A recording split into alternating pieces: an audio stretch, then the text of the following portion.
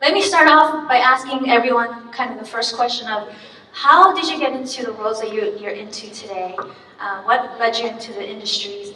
And I wanted to start with Rebecca. Hi. I know that you studied chemical engineering as an undergrad, so how did you end up at VC? Yeah, so, people ask VCs often, how did you become a VC? And they're the most hilarious conversations usually, because they're usually very nonlinear. And for me, it was incredibly nonlinear, right? I grew up in the Midwest. I was a chemical engineer in my early life, and I thought I was going to get a PhD. I worked in a nuclear research reactor, an undergraduate. And I kind of had heard about VCs, but they all look like a bunch of old white dudes from Harvard and Stanford, and that just kind of wasn't me, right? And so I had done a startup, and I did my own startup, and I went back on a sabbatical to get a JD MBA, and literally at an event very similar to this, ran into my current partner in line for pizza. And I was helping kind of manage him, because he was going to be on the panel for us. And he started chatting with me. He's like, hey, maybe you'd think about this. I'm like, no, but not for me. And a friend stopped me, and he's like, oh my gosh, it's like the nicest guy in venture capital, and it's a great firm. Are you an idiot? So friends don't let friends do stupid stuff. And so I basically went back to him at a similar event and just said, hey, I would love to talk. And so it worked out. So it was pizza. It was pizza. And being open-minded. Like, really, I think what this job more than anything else is you're matchmaking all the time, and you're pattern matching, and you have to always really be open-minded to conversations and inquisitive, and you want to learn. And so if you're just kind of shut down and just thinking, hey, I need to go back and study and get X, Y, and Z done, like, you're not open to those kinds of opportunities. So mine was more linear, actually. So when I was 11,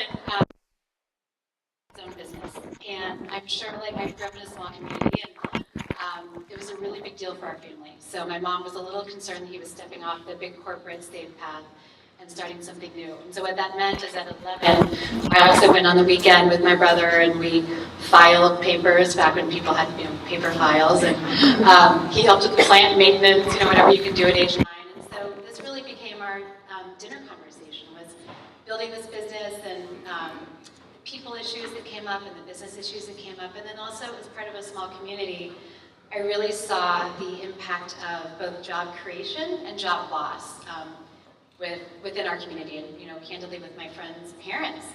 So this was a real passion of mine.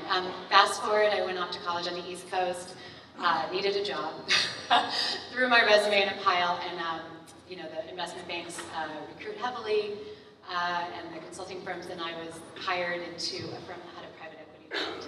And I started investing in family-owned businesses originally, which was great for me and a real passion, and then kind of moved down the sort of stage change, so to speak. And so I've been working as a principal investor for 22 years, but far more linear, a little bit more boring. Margot. How I ended up as CEO of Hostfully is I actually took a sabbatical, speaking of taking a break. So I went to school on the East Coast after college. I worked at an architecture firm. I'm telling you all this because I did a bunch of things that were totally not related to each other, and I think it's okay to do that. And I also think it's actually really good, I think. It's helpful now as a CEO. So I worked at an architecture firm. I worked for Noodles & Company when they were a baby company. I went back to business school, and then I worked at Apple for a few years. I helped launch the iPhone developer program there. Was actually quite unhappy at Apple just because I was doing this much of what was going on in the company, and I really wanted more visibility, and I kept on asking why and how, and people were like, don't come in here, this is not your job. And I was like, oh, this is not comfortable for me. So then I went to a startup and helped grow that. Then I went to another company that had just IPO'd called Service Source.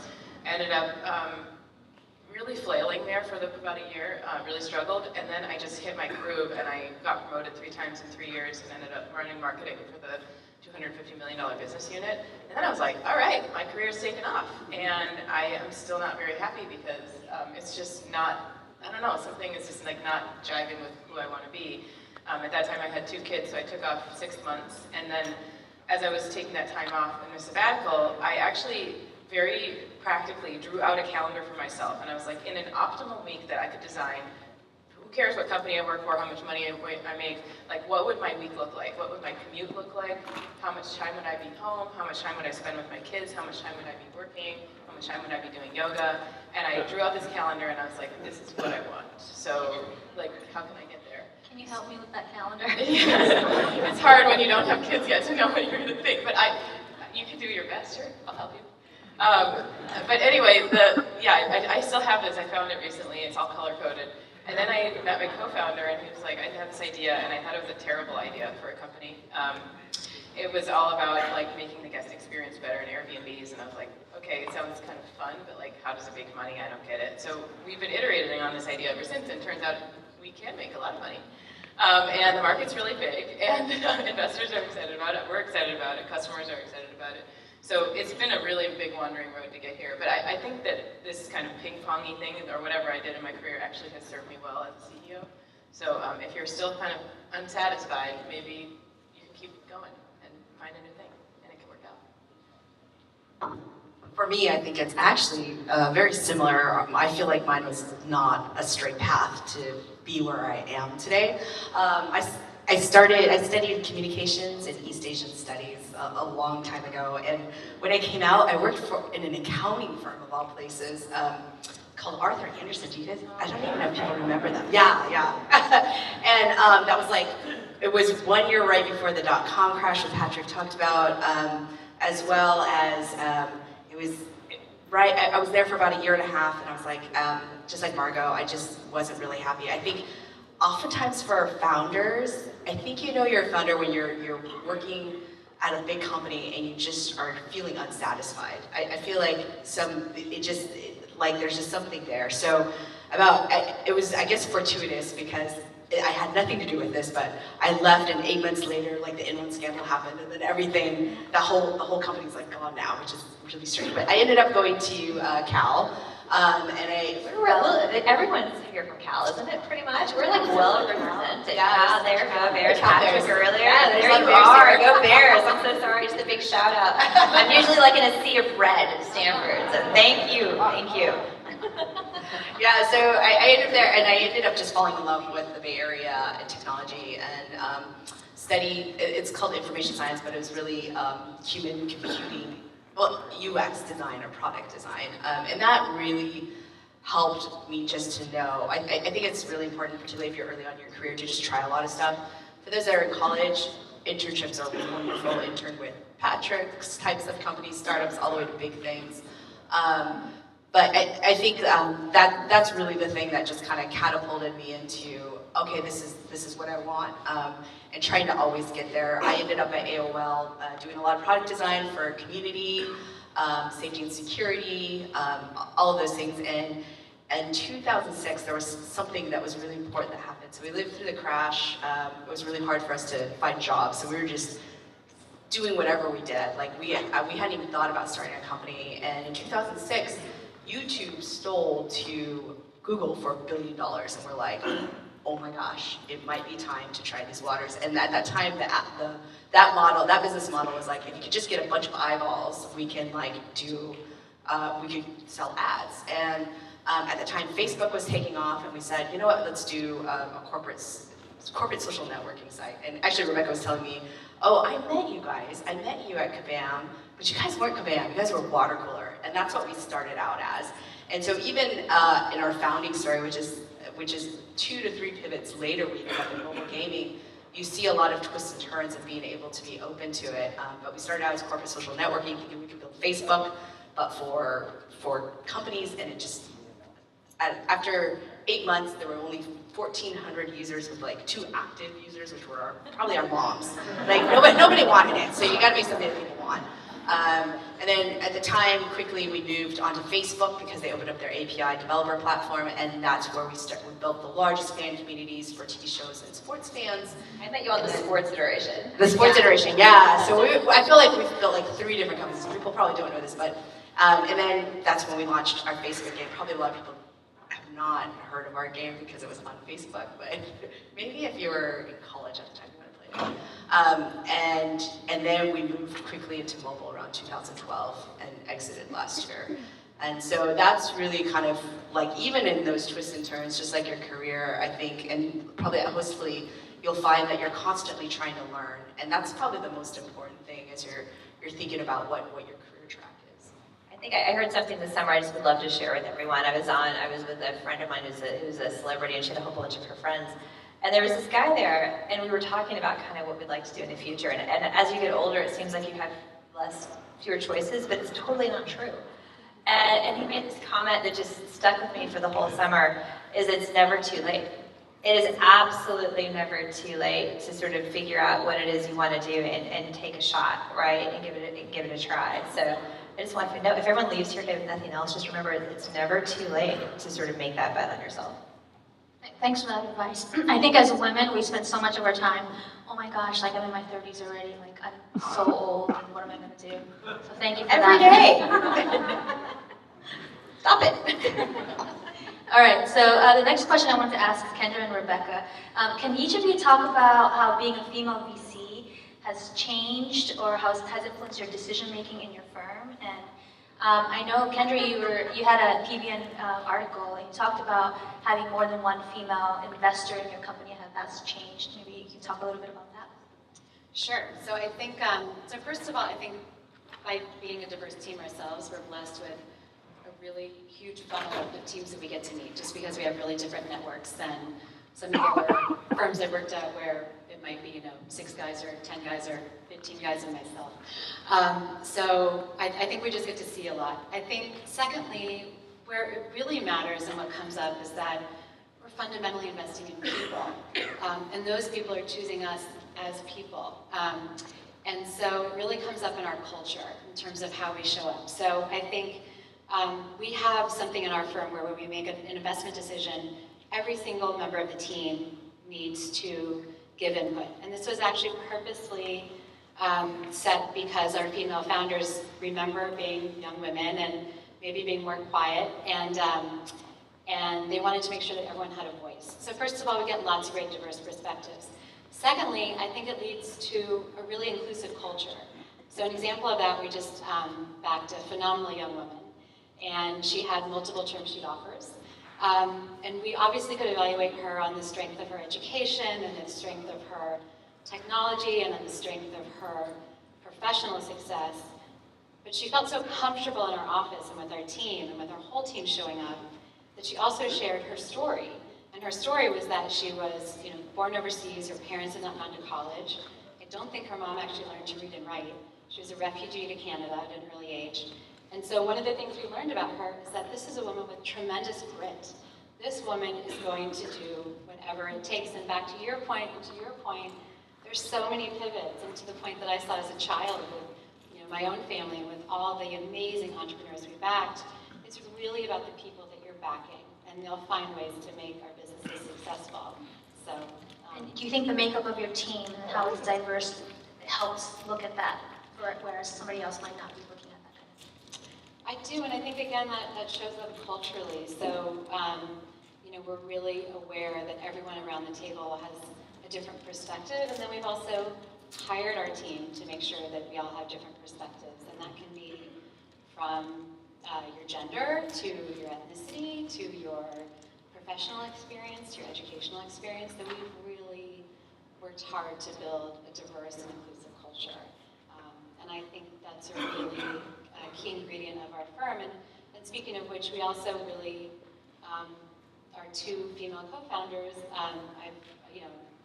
They're amazing. I've got to give them props. They started out also with our firm at Aspect being a collaborative investor. And I don't think you would necessarily hear that from a lot of firms. And that gives us many opportunities. Our job is to make money for our investors. Our job is to back great entrepreneurs. And so, we want to collaborate. And, I just think it's important for that to be in all, aspects of our business. I get asked this question a lot, and I typically won't answer it, to be honest. Someone is laughing. I grew up in an environment where I was always the only woman there, right? And I've never found that uncomfortable. I've never had an issue, to be honest, where I wasn't heard, right? Because there wasn't really that option. And so, I learned how to play poker when I was 5, and I learned how to hunt and fish and do all this because there were only men in my life for forever, right? So when I entered venture, it was really funny. I would say I had created stereotypes myself that weren't true. And they were self-inflicted. Like, I went into this firm, and I'm like, oh my God, here we go. There's going to be a bunch of jackasses sitting here on the table, and they're going to throw chairs, and they're going to be whatever. And I've been through all that. I've seen it, right? I worked at some big companies. And they were so incredibly nice and, like, inclusive and polite. And it was my stereotypes that I walked in there with, and it was my head that was stopping me from doing it. It wasn't them, right? So that... And then I found too, when I got into venture, like any VC that I asked to have coffee with, that was like, hey, I'm just learning. I didn't say, hey, I'm a woman, blah, blah, you know, I just said, hey, I'm new, I'm an associate. I don't know anything about this space, I've been an entrepreneur, but I just want to learn. And nobody said, well, one person said no, but he's just kind of a jackass anyway, but that's okay. So I kept that email. But everyone else was like so open and nice. And so I didn't see that. You know, I have been to the events where there was like 65 to 1 men to women ratio and the women show up paid for in a limo. Like, I've been to those, right? And those are uncomfortable. But in terms of like my firm, it was really amazing in terms of, it wasn't, I actually look back and it was my own preconceived notions of what I was going to walk in there with, right? And then when one of my CEOs said, I'll only take your term sheet if Rebecca's the person on the board, and my partner said, absolutely. Like, I think maybe, I mean, it was a good partnership, right? We had a good thing, and that was, we were probably, we came out like, what, 2 or 3 years before, I mean, with Canvas Ventures, we don't talk about it a lot, because when I started Canvas, it wasn't really cool to put it out, right? People were really worried about us. And it was sort of like 2 or 3 years before it was like the thing to do, so we were kind of quiet about it. And then what I found too from LPs is that they didn't really care that there were women-led funds at all. Like, if anything, it cut against you. You didn't want to talk about it, because there was this tiny pocket of capital over here that if you checked like 3 minority boxes, you might get, right? And what you didn't want to do is come out and say, hey, it's a woman-led firm, put us in the small pocket of capital, right? And so when we did it, we kind of kept it quiet, and I just sort of just played it, kind of rolled in. Now, I will tell you, what it's helped me with, and what it's been just eye-opening for, is that there was a company that I had to step into the CEO spot. And when I did that, it was hilarious. I didn't even notice I was doing it, but I had this like badass group of friends, right? And a lot of them have kids, and they don't want to work full time. And if they did, they could probably go get some public company position doing God knows what. So I'm like, oh my God, I need a COO. So I tapped this one woman, right, who, she's 2 days a week, and everyone loves her. I need a CFO, and so I have another woman there, like, again, 2 days a week, and they had really clear boundaries there and said, you know what, would love to stay in the game, would love to work with you, only there 2 days a week. I knew they were going to do more, right? And so it's just that inclusiveness, too, of being open-minded, and of saying, hey, I know people have things called lives, and people have things called family, and how do you get the best talent and help all of those other things work out too? And I don't feel like I'm sacrificing at all. I feel like I've gotten this like amazing deal, right, of bringing these phenomenal people in. And I know there are men in that situation also, right? So the other thing that I've done, and I hope is good for the firm and everything, is like we took a sabbatical this summer. And my partner kept saying he might, you know, he was like, he wanted to have all this time in his life to do things in the future, and this is my male partner.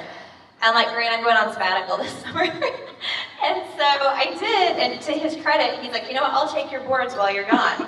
And I'm like, perfect. And then he's gonna do the same thing for me, but my little one's right here. My youngest is Anna. She's here hanging on Zach in the front row. But you sort of blend your work and your life, and what I try to do is I try to make space for other people to do the same thing.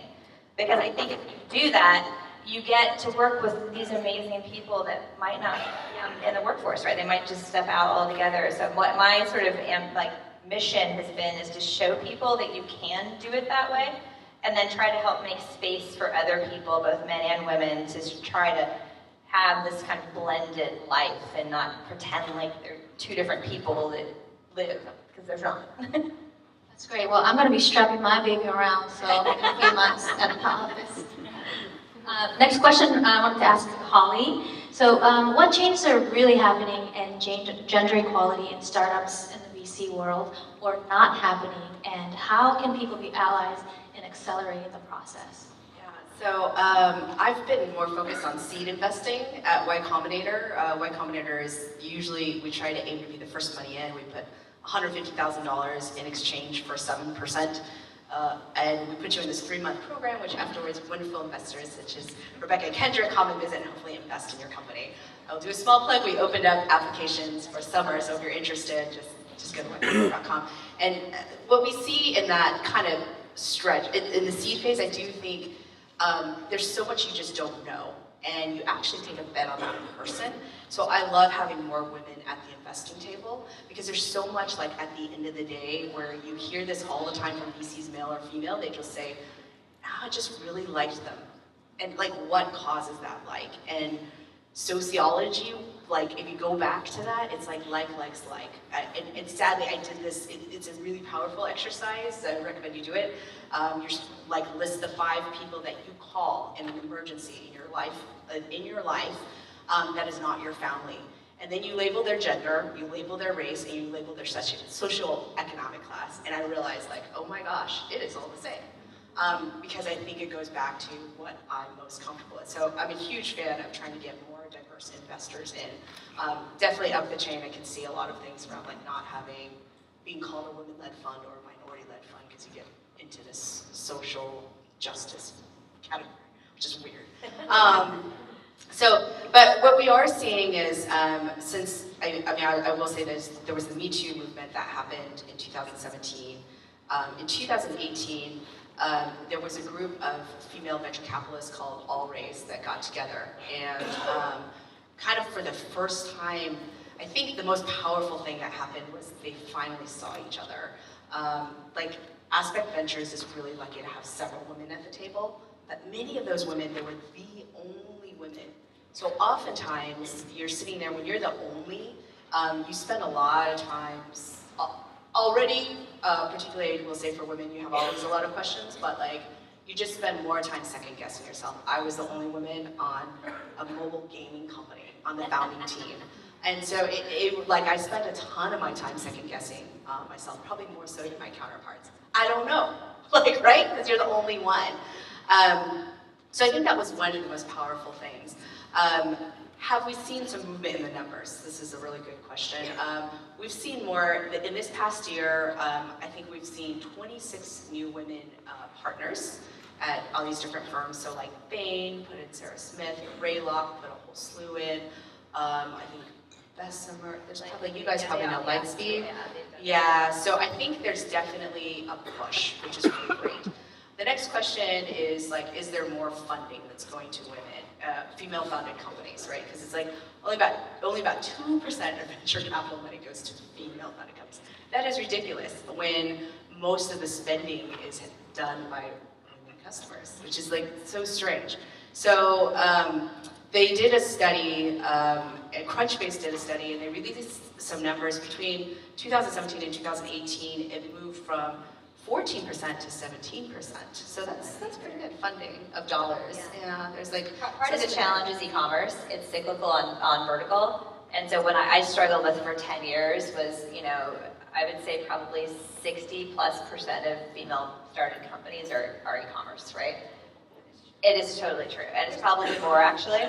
It's changing more and more, but it's really, really hard. Like, if you're a venture firm that doesn't do consumer product and e-commerce and do brands and stuff to do that. I have like a legal one, I have a health one, you know? But I also think IO has a lot more. I think those numbers are inflated too, though, because it's 17% into a company with at least one female founder, which is not CEOs. And I actually think that's right. And similarly with the numbers with VCs, like, if you look at all the reporting, it's like 10% of all women in the VC accelerators are women, but I guarantee you are there at the bottom. So I will tell you, I was the one that called Dan Primack back in, and I didn't claim credit for this because at the time, I just was like, I'm just gonna do my job. But it was back in, I think 2009 or 2010. And at that time, the headlines, to your point, were, oh, there's 11% of people in venture are women, and that's not enough. And I'm looking around, I'm like, who the hell are they talking about? Because I tried to, like, get lunches together and do things like that. And I would do well if I could think of 8 women and I could get 4 of them to just go to lunch, right? And I started a group before Aileen called it the Unicorn Group, and it was women that were tech executives with kids, and our tagline was, you might not see us, but we too exist, right? And so we did that. And I called Rose at PitchBook, and I'm Rose, do me a favor. And I said, could you run the top 100 venture firms, and in that, just in terms of number of deals only, and then the partners who have had a board seat, like at least one actual board seat. And the numbers came back, and it was like 4.82%. And then I said, now I want you to take out corporate, and I want you to take out biotech, and it was like 2 something. So it was about 2%. Like, yeah, that's what it feels like, about 2%, right? And so then I packaged that data and I handed it off to Primac, and that was the first article that they wrote about it. And so that was what it was. And so part of it is that when they go back and they try to like recurate that data, it's really skewed because they don't have that core data about who actually was on the board or who was actually doing something. So I agree. Some of the data, I mean, I know All Raise is working on trying to get more clarity. It's because you want women check writers and women in position. So you're absolutely right that the number underneath doesn't tell the whole story. But it is alarming that like it's still only like moved by 3 percentage points. Yeah. Like that's just kind of crazy.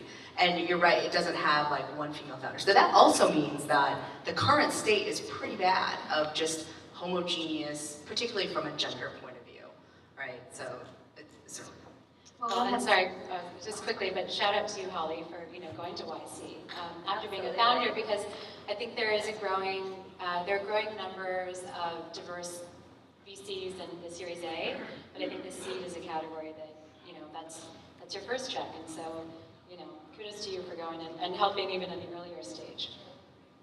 Well, I have one last question from Margot. What advice do you have for entrepreneurs, minority or female, on how to raise funds and how to be successful? The first thing that I think women don't do enough is ask for help. And just to your point, Rebecca, every single person I've ever asked to meet me for a coffee, whether it's a VC or whether it's a founder, has said yes. And I think that I grew up in the Midwest in Minnesota. I'm half Chinese and half Jewish. I was the only Chinese person and the only Jewish person in my school. So I really am used to being an outsider, and I think it's helped me, Like if you're always the outsider, I mean here in Hawaii I'm like normal, but it's great, and same thing in Bay Area, I love it. But asking for help to somebody who doesn't look like you is really scary. And I think that even if you're just the best at your job, like women just really suffer from feeling confident and asking for help. And I'm actually happy to meet with everybody. Anytime anyone contacts me, I have a Calendly, I have like a whole process for it. I'm like, reserve 30 minutes in my calendar, I'll set up a video call with you, I'll give you help with your pitch or think about fundraising strategy, talk to you about what we did with growth or content marketing, whatever. And I'll be honest, like if their business sucks, if I think they are missing on things, I'll be really upfront with them and honest. But I think asking for help and giving back is just one of the big things that people can do. And the giving back piece is actually something that everybody can do. If you're a male entrepreneur or investor, female entrepreneur, investor, it doesn't really matter. The best thing you can give to people is time and really critical, honest feedback. I love meetings. In fact, there's an investor in the audience who passed on me, but was willing to give me his time to explain all the reasons for what he expected to be the valuation for my company. And I was so grateful to get that level of criticism and feedback because it helps me so much more with the next conversations. So asking for help, being really open to the feedback you're getting, continuing to ask why, these are the things that you can do to make yourself better as an entrepreneur and an investor. Well, that's you. Any advice on baby girl or becoming a mom? Just quickly to close it off. My advice is very tactical. Get a trash can that opens with your foot. I don't have one, so thank you. Oh, God. My advice is don't buy any baby books at all. And just roll with it. And know that like 12-year-olds have babies and everyone makes it and it'll be okay. Well, let's see, I'm going to go for something broader. Given storytelling is such an important aspect of our society these days, I hope that for your daughter, you do a lot of storytelling about the amazing female business leaders or entrepreneurs. We have one of ours, Tina Fitch, in the audience, where, I know when I was growing up, Tina would have been my female role model. So, Steve Jobs is amazing, Tim Cook is amazing, but talk about Safra Katz, talk about Margot, talk about, all these amazing female role models. So I'm a little emotional about this because this is my first business trip away from my 7-month-old baby. I have a girl. She's my third kid, and having a girl, it definitely has changed my outlook, even though I didn't think it would because I'm a radical feminist already. But for your daughter, I would say just make sure to support yourself and ask for the help you need. It's similar to my other point. Like I've sort of tried to sort of grin and bear it too many times in my life, and I wish that I would have asked for help more. Help with sleeping through the night, nanny stuff, help with supporting you with childcare, help with taking care of your own body, help with recovery, all that stuff. So just make sure you ask, because that will help you be a better mom and support her better. Well, thank you ladies so much for this. Thank you. Thank you.